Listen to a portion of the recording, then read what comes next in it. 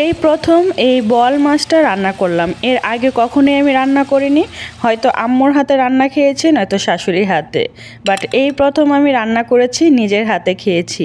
কোনো কাজে কিন্তু মায়ের পেট থেকে শিখে আসা হয় না, দেখতে দেখতে শেখা হয়ে যায়। হ্যালো এভরিওয়ান, আসসালামু আলাইকুম। চলে আসছি নতুন আরও একটি ডেইলি ব্লগ নিয়ে। আজকে আমি যেটা করতেছি, বড় একটা পাত্রের মধ্যে মাছগুলো ভিজিয়ে নিচ্ছি, আর এগুলো হচ্ছে বোয়াল মাছ। এখানে না একটা জিনিস খুব ভালো লাগে, মাছগুলো খুব সুন্দর করে ছিলে তারপরে কেটে দিয়েছে। এই ব্যাপারটা দেখতে আমার কাছে অনেক বেশি ভালো লেগেছে। বোয়াল মাছ নর্মালি ছিলে নাকি সেটা আমি জানি না, বাট এখানে ওরা ছিলে দিয়েছে। তো আমি এখন একটা পাত্রের মধ্যে ভিজিয়ে নিয়েছি, যতটুকু লাগবে ঠিক ততটুকু রেখে বাকিটুকু ফ্রিজে রেখে দিব। আর এই মাছগুলো ভিজিয়ে যা যা কোটাকাটির দরকার সব কিছু কোটাকাটি করে নেব। তো প্রথমে যেহেতু মাছগুলো তাড়াতাড়ি ভিজে গিয়েছে, তো বাকিগুলো রেখে দিয়েছি আর এগুলো রেখে দিয়েছি। আর আজকে এই আলু দিয়ে এই বোয়াল মাছ রান্না করব, সাথে কিছু পেঁয়াজ, কাঁচামরিচ, টমেটো, ধনিয়া পাতা, রসুন এগুলো কেটে নিব।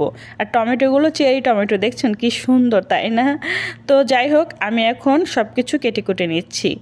আলু নর্মালি আমি খাই না, আপনাদের ভাইয়া শুধু খায়, তো ওর জন্য অল্প একটু আলু নিয়েছি মাছের তরকারিতে দেওয়ার জন্য। আর ওই যে টমেটো, পেঁয়াজ, কাঁচামরিচ, তারপরে হচ্ছে রসুন, ধনিয়া পাতা কুচি করে নিয়েছি, সব কিছু পরিমাণ মতো কেটে নিয়েছি। একটা হাঁড়ির মধ্যে পরিমাণ মতো তেল গরম করে দিয়ে দিচ্ছি পেঁয়াজ কুচি। প্রথমে মাছের তরকারিটা রান্না করব। পেঁয়াজ কুচিটা একটু সফট হয়ে আসলে পরিমাণ মতো পানি দিয়ে দিচ্ছি আদা রসুন বাটা।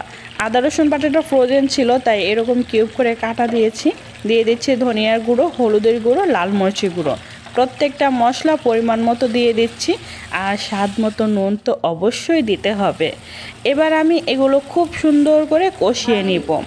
নর্মালি এর আগে কখনোই আমি এই মাছটা রান্না করিনি, আজকে ফার্স্ট টাইম রান্না করতেছি। কখনো হয়তো মা রান্না করে খাইয়েছে, কখনো হয়তো শাশুড়ি, বাট নিজের হাতে কখনোই এই রান্নাটা করিনি। আজকে প্রথমবারের মতো এই রান্নাটা করতেছি।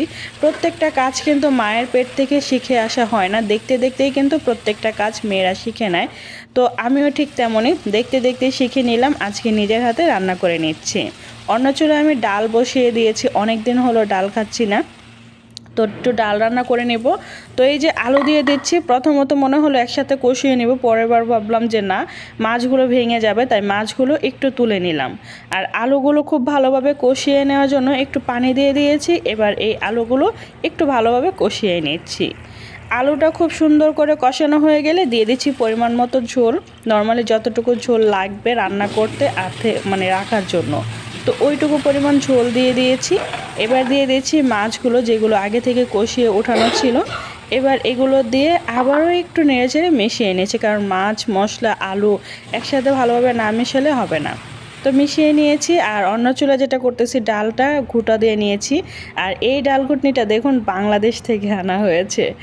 আর বাংলাদেশ থেকে ডাল ঘুটনি আনা হয়েছে বিশেষ করে ডালটা ঘুটা দেওয়ার জন্য, এখানে কিছুই নাই।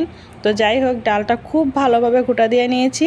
আদা রসুন আর নুন কিন্তু আগেই দিয়েছিলাম। এবার দিয়ে দিচ্ছি হলুদের গুঁড়ো, ধনিয়া গুঁড়ো আর লাল মরিচের গুঁড়ো। অল্প অল্প করে দিয়েছি প্রত্যেকটা মশলা, ডালের মধ্যে কিন্তু খুব বেশি মশলা যায় না।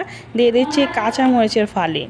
এই পর্যায়ে কাঁচামরিচের ফালি আর কিছুটা পেঁয়াজ কুচি দিলে না আমার কাছে অনেক বেশি ভালো লাগে। দিয়ে দিচ্ছি চেরি টমেটো, যেটা কেটে রেখেছিলাম। এবার এগুলো কিছুক্ষণ নেড়ে চেড়ে দিব আর একটু ভালোভাবে ঝাল করে নেব। তো এই যে ডালটা খুব সুন্দর করে রান্না করে নিচ্ছি। আর অন্যদিক দিয়ে মাছের তরকারির মধ্যে পরিমাণ মতো ধনিয়া পাতা কুচি দিয়ে দিচ্ছি। ধনিয়া পাতা কুচি দিয়ে আর দুই একটা বলক নিয়ে এসে তারপর এটা নামিয়ে নিব। বিশ্বাস করেন অনেক বেশি ভালো হয়েছিল, জীবনের প্রথম মাছটা রান্না করেছি, ভালোই হয়েছে, খারাপ হয়নি আলহামদুলিল্লাহ। তো এই যে ডাল বাগার দেওয়ার জন্য একটা ছোট পাতিলে পেঁয়াজ রসুন আমি ভেজে নিচ্ছি তেলের মধ্যে, কারণ ডালটা এটার মধ্যেই ঢেলে দিব, তাই এটার মধ্যেই আমি ভেজে নিচ্ছি। যাই হোক, ডালটা বাগার দেওয়া হয়ে গিয়েছে, একটু নেড়ে চেড়ে তারপরে বলক আসা পর্যন্ত অপেক্ষা করব, কারণ এই ডালটা অনেকটা সময় নিয়ে বলক আসতে হবে। অনেকে দেখি ডালটা বাগার দিয়ে নামিয়ে নেয়, বাট আমি এরকম করি না, একটু বলক আসলে তারপরে ধনিয়া পাতা কুচি দিয়ে দিই। ধনিয়া পাতা কুচি দিয়ে একটু নেড়ে চেড়ে আরও দুই একটা বলক চলে আসলে তারপরে নামিয়ে নিই। আর আপনাদের ভাইয়া রুমে এসে যখন দেখলো যে ডাল রান্না করতেছি, ও তো মহা খুশি হয়ে গিয়েছে, কারণ আমার হাতের এই ডালটা ও অনেক পছন্দ করে। ইভেন আমার পাশের রুমের ভাবিরা, ওনারাও অনেক বেশি পছন্দ করে। যাই হোক, সব কিছু গুছিয়ে নিয়েছি। এবার হচ্ছে খাওয়া দাওয়ার জন্য সব কিছু সাজিয়ে গুছিয়ে নেওয়া হয়ে গিয়েছে। মাছের তরকারি আর হচ্ছে ডাল, একদম সিম্পল। সাথে ছিল মূলা আর ছিল লেবু, কাঁচামরিচ। তো এই যে সব কিছু সাজিয়ে গুছিয়ে নিয়েছি। এবার আমরা দুপুরে খাওয়া দাওয়া করব। প্রথমে আপনাদের ভাইয়াকে আমি মাছের তরকারিটা দিয়ে দিচ্ছি, আর ওকে দেওয়ার পর আমার জন্য নিয়েছিলাম। তো আমি কেন ছোট মাছ নিয়েছি সেটা নিয়ে ভীষণ ঝামেলা করেছে। যাই হোক, এই ছিল আমাদের আজকের ব্লগ। আমার আজকের এই ব্লগটা আপনাদের কাছে কেমন লাগছে সেটা অবশ্যই কমেন্ট করে জানাবেন। ভালো লাগলে লাইক কমেন্ট শেয়ার করতে ভুলবেন না। প্লিজ প্লিজ চ্যানেলটা সাবস্ক্রাইব করে রাখবেন, আর পেজে কিন্তু লাইক ফলো দিয়ে সবসময় সাপোর্ট করবেন। আপনাদের লাইক কমেন্ট শেয়ার আমাকে সবসময় নতুন নতুন ভিডিও দেওয়ার অনুপ্রেরণা যোগায়।